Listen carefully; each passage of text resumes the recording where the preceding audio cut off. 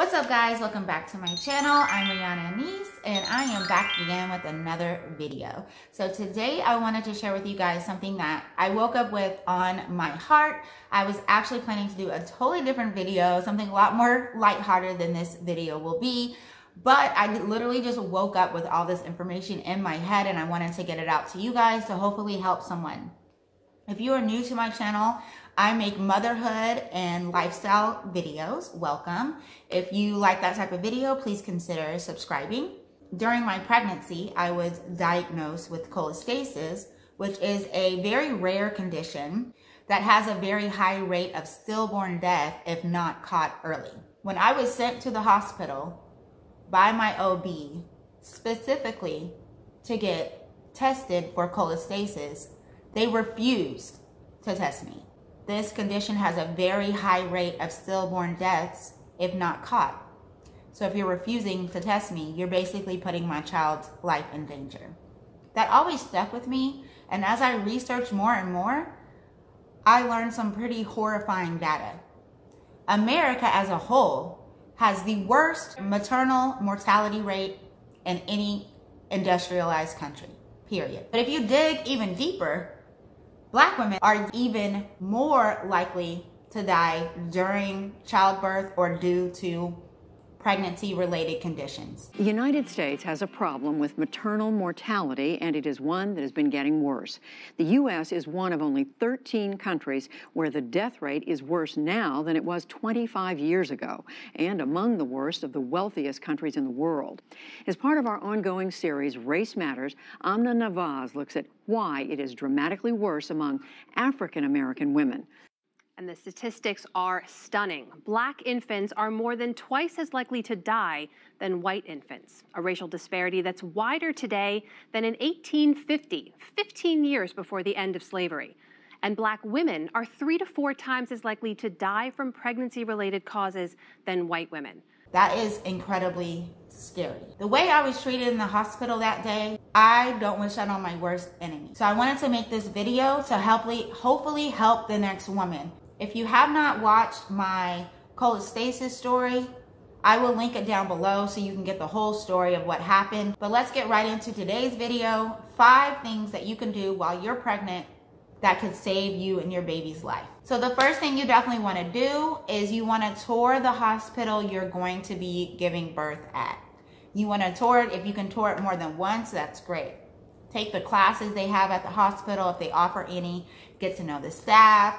Show your face as many times as possible. At least pick out a couple of familiar faces. Let them know you're very serious about childbirth. And you'll gain more knowledge, where things are, what happens where, how's the process, all of that kind of thing.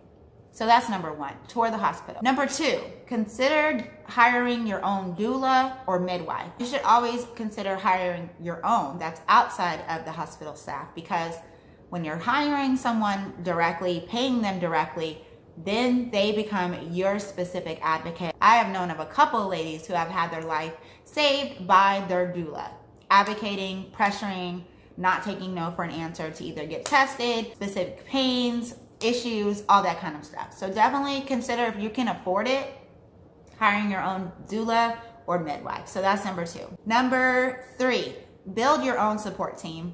Even if you hire your own doula, or maybe you can't afford to pay a doula, build your own support team of family members, sisters, mother, grandmother, friends.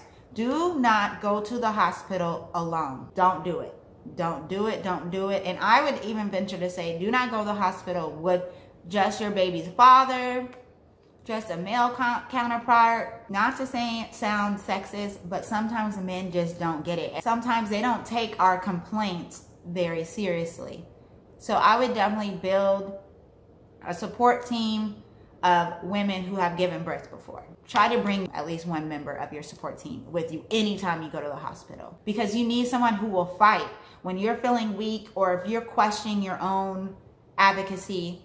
That support team is going to step in. We want them to pressure and not take no for an answer. Number 4, advocate for yourself.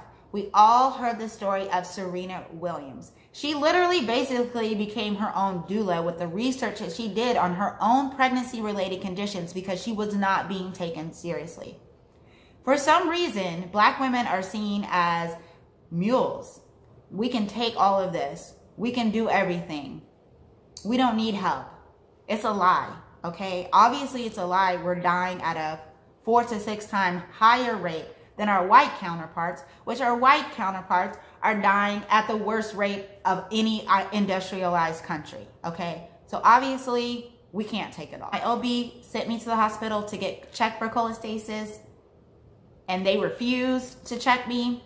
I had them call that doctor again, and then for a third time, to the point where they were like, the doctor is upset that you keep waking him up. And you know what? I did not care. I made a review about that hospital, and I called the hospital complaint line. And of course, as soon as I was discharged, I called my OB, and I let him know that they refused to test me for cholestasis, which at that point, he said, fine, I'll just test you myself. And the next morning, I went.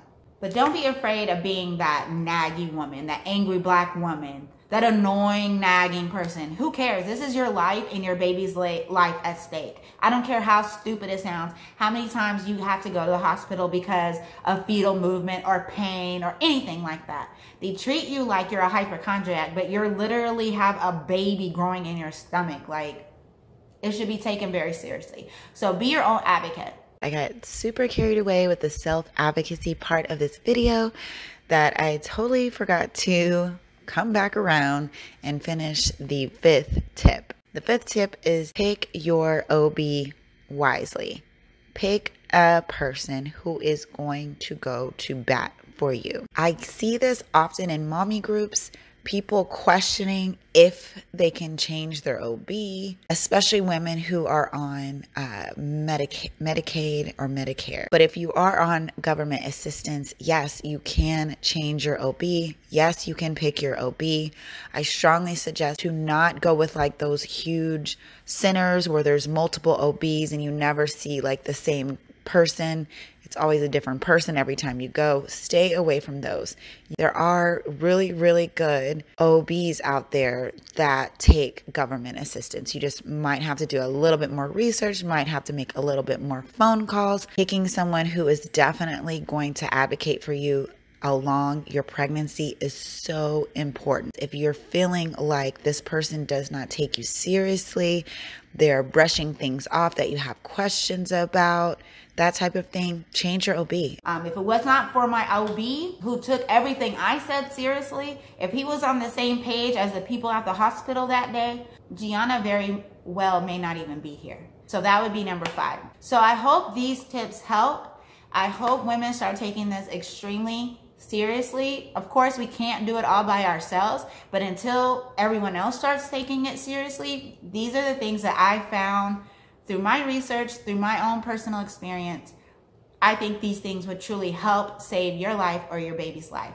So if this video helped you in any way, please give it a big old thumbs up. If you have any more tips to add, just drop them in the comment section below. Be sure to subscribe if you like motherhood and lifestyle videos. There is more videos that you can watch here and here. And until the next video, bye.